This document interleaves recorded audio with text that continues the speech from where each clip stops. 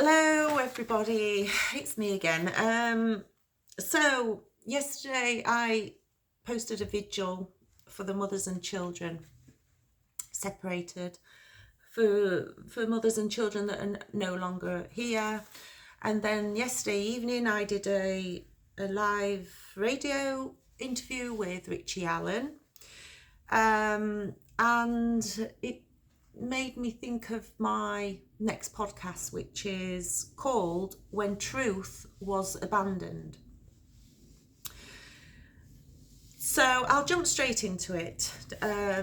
This episode exists because a family court judgment that changed my child's life was never meant to be seen by the public.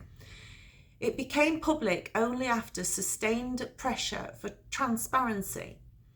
Even then, publication was delayed for a year. By the time the judgment was released, I was already in prison and my daughter had already been removed. Where to read the judgment?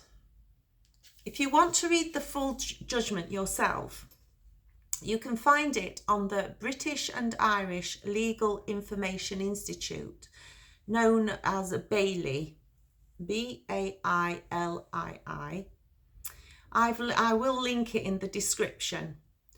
I'm not going to read pages of legal text to you. I was going to, that was the idea. I'm going to explain what it did and what it led to instead, because me just reading all these legalese, it would be very tedious and very boring. So you can read it by yourself. What this court was and was not. This was a family court, not a criminal court. Family courts are not designed to establish truth beyond reasonable doubt. They operate on welfare, prediction, and risk management. Once truth is no longer the goal, control quietly replaces it. What the judgment actually did. The judgment moved away from determining what truly happened in the past. It reframed the problem as conflict, belief, and continuation. Concern was reinterpreted as influence, and persistence reframed as emotional harm. So that was my persistence, trying to get the allegations investigated properly. That's what the mothers, it's persistence, would persist in trying to get the allegations looked into, trying to protect our children. So the persistence, they reframe it as emotional harm. The sexual allegations were rejected, yet emotional harm was still identified. If you are interested in this subject, it really would be worth looking at the judgment yourself. The critical moment. Near the end of the judgment, the court turned to the future. Change of residence was described as draconian, a weapon of last resort. That language shows the court understood how extreme such a step would be. What happened immediately after the judgment was read, the local authority returned to court. An interim care order was sought and granted. My daughter was removed straight away. There was no pause and no stabilisation period. So he didn't take the child in his judgment, but he did say that my daughter had been actually emotionally harmed, the persistent mother, So they came out, they told me that they daren't leave my child with me a moment longer, and they went straight back in, and brutal. It was brutal. So yeah, this is what people do. This is humanity, transparency and accountability. This judgment became public during a period when senior judiciary, including Lord Justice Wall, acknowledged that secrecy in family courts had damaged public confidence. Transparency was resisted, delayed, and released only after pressure. As I say, 12 months later, because the journalist Christopher Booker kept asking them, where, you know, Bailey, where is it? Where is it? It took them 12 months, and by this time I was in prison. Safely locked up in prison. Persistent mother trying to protect her child. Restoring the mother, child bond. Okay, so I'm now going to read this. Restoring the mother child bond. So restoring the mother child bond. I know I should be getting better by now on my 40 something video. A necessary legal rewind and reform.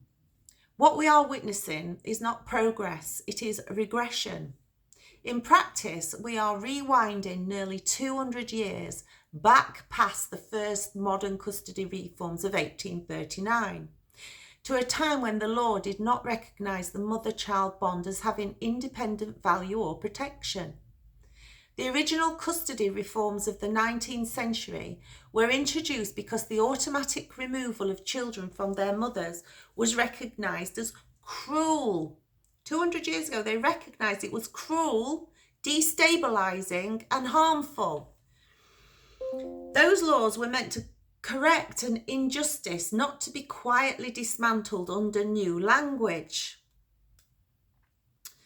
Yet today, under the terms risk, welfare and best interests, we are once again permitting the routine severing of primary attachment, often without evidence of harm, and frequently in cases involving coercive or abusive fathers who are able to weaponise the court itself.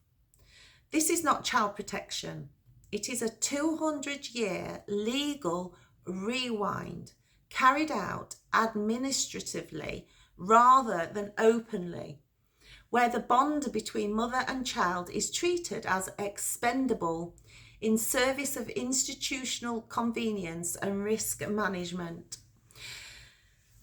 So, legal reforms would be statutory recognition of primary attachment as a protected legal interest, making separation really a truly last resort, instead of the willy-nilly-ness that happens today.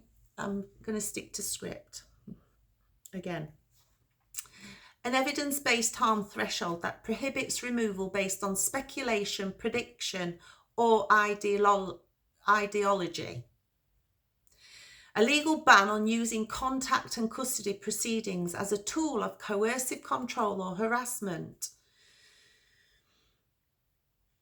A domestic abuse override clause that suspends shared care presumptions where abuse is present.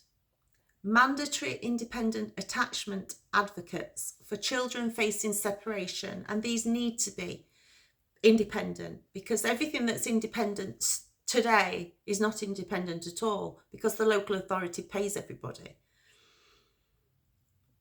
That was off script. I think, in my opinion, the local authority pays everybody. Experts, lawyers, etc. Reunification as a statutory duty with enforceable timelines and meaningful contact. Legal accountability and redress for unjustified attachment destruction. These reforms are not radical innovations. They represent the restoration of legal principles the law once recognised and has since abandoned. Principles rooted in human attachment, justice and restraint of power. Oh, wouldn't it be nice if we all woke up tomorrow and all this was like this, and all these children stayed with their primary attachment figure in their life and stayed safe and loved and happy and secure. So we live to fight another day, and I've got lots of podcasts to do, so I'm going to leave it there and I'm going to get on with some work. Thank you for listening.